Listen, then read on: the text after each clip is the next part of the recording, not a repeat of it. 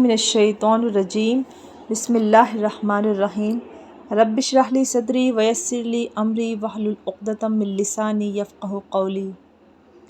سورہ البقرہ کا پارہ سیقول کا چھٹا رکوع، اس کا ترجمہ اور تشریح پیش خدمت ہے۔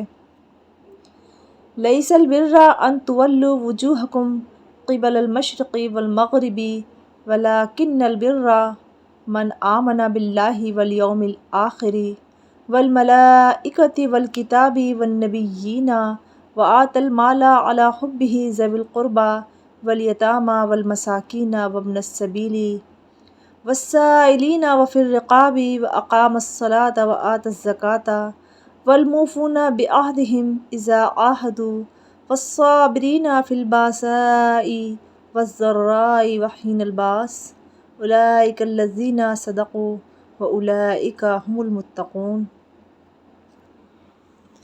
ترجمہ ہے، نیکی بس یہی نہیں کہ اپنے چہرے مشرق یا مغرب کی طرف کر لو، بلکہ نیکی یہ ہے کہ لوگ اللہ پر، آخرت کے دن پر، فرشتوں پر اور اللہ کی کتابوں اور اس کے نبیوں پر ایمان لائیں، اور اللہ کی محبت میں اپنا مال رشتہ داروں، یتیموں، مسکینوں، مسافروں اور سائلوں کو دیں، اور غلاموں کو آزاد کرانے میں خرچ کریں، اور نماز قائم کریں اور زکوٰۃ ادا کریں، اور جب کوئی عہد کر لیں تو اپنے عہد کو پورا کرنے کے عادی ہوں، اور تنگی اور تکلیف میں نیز جنگ کے وقت صبر و استقلال کے خوگر ہوں۔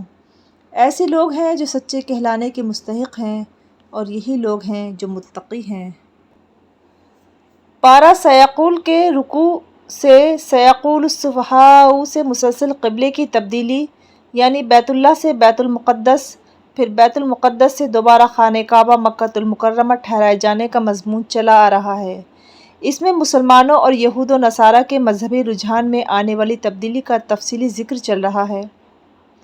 لہٰذا چھٹے رکوع کی ابتدا میں اس موضوع کو بند کر دیا گیا ہے اور فرمایا گیا ہے کہ مشرق اور مغرب کی طرف رخ کرنا نیکی نہیں ہے۔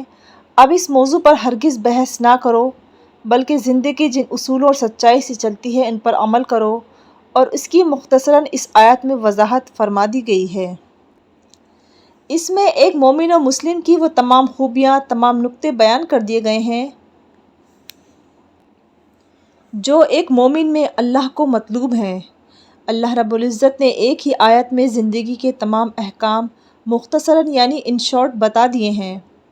سب سے پہلے تو اللہ نے کہا ہے کہ نیکی یہ ہے کہ اللہ پر ایمان لانا، یعنی کلمہ لا الہ کہنا، پھر آخرت پر، پھر اس کے فرشتوں پر، پھر اس کی تمام آسمانی کتابوں پر اور اس کے تمام نبیوں پر، یعنی آدم علیہ السلام سے لے کر آخر الزماں حضرت محمد مصطفیٰ صلی اللہ علیہ وسلم تک۔ پھر ایمان کے اصول کے بعد دوسرا زندگی کا اہم حصہ انسان کا مال ہوتا ہے، تو اس کے لیے فرمایا کہ وَآتَى الْمَالَ عَلَى حُبِّهِ ذَوِي الْقُرْبَى وَالْيَتَامَى وَالْمَسَاكِينَ وَابْنَ السَّبِيلِ وَالسَّائِلِينَ وَفِي الرِّقَابِ، کہ مال کو اپنے عزیزوں اور رشتہ داروں پر، یتیموں پر، مسکینوں پر، مسافروں پر اور سائل یعنی فقیروں پر خرچ کرو۔ یعنی جو مال اللہ نے ہمیں عطا فرمایا ہے وہ صرف ہماری ذات کے لیے نہیں ہوتا ہے، بلکہ اتنے سارے اس کے حقدار ہوتے ہیں۔ پھر اس کے بعد انسان کی عملی زندگی کے متعلق فرمایا کہ نماز قائم کرو اور زکوٰۃ ادا کرو، وَأَقَامَ الصَّلَاةَ وَآتَى الزَّكَاةَ۔ اس کے بعد خاص طور سے کہا کہ وَالْمُوفُونَ بِعَہْدِهِمْ إِذَا عَاهَدُوا، کہ عہد کو پورا کرو جب عہد کر لیا ہو، کیونکہ نبی اکرم صلی اللہ علیہ وسلم نے فرمایا ہے کہ مومن ہر گناہ کر سکتا ہے سوائے جھوٹ بولنے کے، مومن کبھی جھوٹا اور بے عہد نہیں ہو سکتا۔ اس کے بعد اللہ رب العزت فرماتے ہیں کہ وَالصَّابِرِينَ فِي الْبَاسَاءِ وَالضَّرَّاءِ وَحِينَ الْبَاسِ، کہ تنگی اور تکلیف میں صبر کی تلقین کی ہے، اور خاص طور سے جنگ کے وقت، کیونکہ اس وقت چاروں طرف جنگی حالات تھے، مٹھی بھر مسلمانوں پر ہر طرف سے کفار حملہ آور تھے، تو اس کے لیے صبر اور حوصلے کی تلقین کی گئی ہے۔ لیکن یہ تلقین قیامت تک کے لیے تمام انسانوں کے لیے ہے، کیونکہ تکلیف اور پریشانی انسانی زندگی کا حصہ ہیں۔